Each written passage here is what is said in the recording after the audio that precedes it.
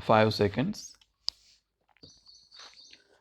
I would like to begin by expressing my gratitude to the people of Tamil Nadu and the Chief Minister in particular for giving me an opportunity to witness the inauguration of this grand stadium. The design and the facilities of the stadium meet the latest international standards, and your city can genuinely feel proud of possessing such an excellent sports facility. The Chief Minister and all others who have been associated with the creation of this facility deserve our special congratulations for presenting the sports persons of this nation with such a valuable infrastructure. I understand that in respect of the sports infrastructure in the districts, towns, etc., where central assistance has been made available, the record of your state has been commendable. It is a matter of concern for all of us that a nation as large as India in size and population has not been able to make any significant impact on the international sports scene.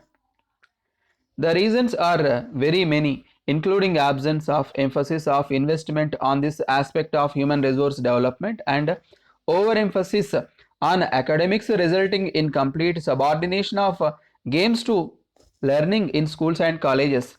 For proper development of sports and creation of sports environment in the country, it is vital that sports and physical education become an essential part of the school education system. I may add here that 8 years ago, when we drew up the new education policy under Prime Minister Rajiv, we thought and thought for many days and came to the conclusion that it is time that in India we made sports a compulsory subject for all boys and girls right from the primary school onwards. It was pointed out even at that time that we do not have school buildings, we do not have facilities, we do not have anything which can justify the marking of sports compulsory for all children. But finally, after a good deal of deliberation, we came to the conclusion that unless we make it, it will not be possible for us to give the infrastructure. Then the Prime Minister Rajiv made it a point to increase the outlay of sports in this country by one stroke of pen by 10 times. It is with that magnanimous increase in the outlay that we have had a number of sports facilities created in this country.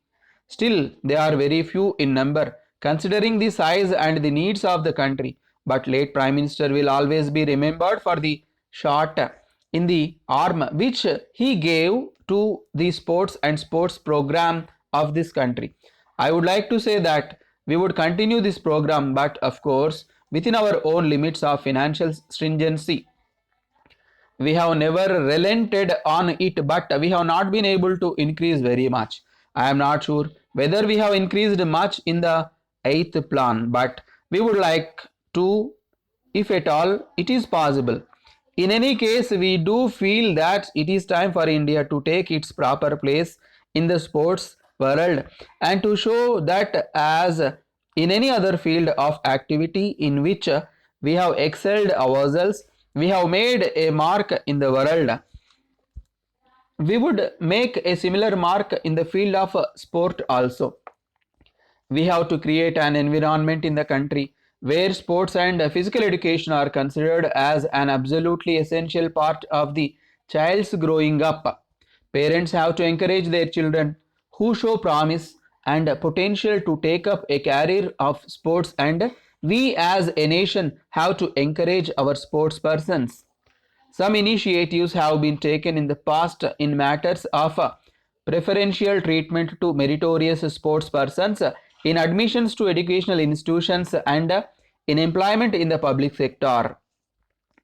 But whatever has been done, I must point out, falls short of the requirements. We need to do much more and we wish to do much more. It would not be out of place to mention here that sustained international competitive exposure and rigorous training within and outside the country is a vital requirement for excelling in sports. For meeting the genuine needs of our meritorious sports persons, all of us, the central government, the state governments, and the corporate sector have to join hands and make our contributions to this cause.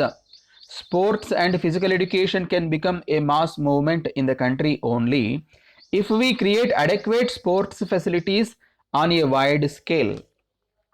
As I have just said, it is not necessary for every village in the country to have elaborate facilities. What is needed is fitness.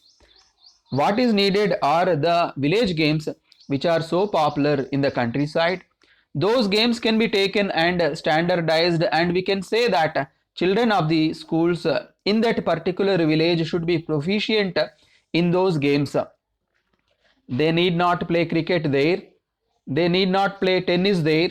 They need not play even football there, which needs a large field. But small games which we all used to play in our childhood, like kabaddi and other games, with many different games, they can be encouraged and do not need elaborate infrastructure. They do not need elaborate outlays. It is possible to create the atmosphere of games and the atmosphere of sports in the villages, and particularly sports. I am sometimes sorry to see that while we are developing some games in this country on the sports side, we seem to be much far behind. In any international meet, you will find we have got only a few games, but when it comes to sports, there are dozens and dozens, scores and scores of sports, and when it comes to the tally of the gold medals or the silver medals, you will find that the nation which gets the largest number of medals gets them only in sports and not necessarily in games. Therefore, when we talk of games, when we talk of sports, it is the sports side that has to be dominant. It is true that some games in the country are dominant. If there is a cricket match, nothing happens in those cities. No one works in the offices. Everyone gets keyed to the progress of the game.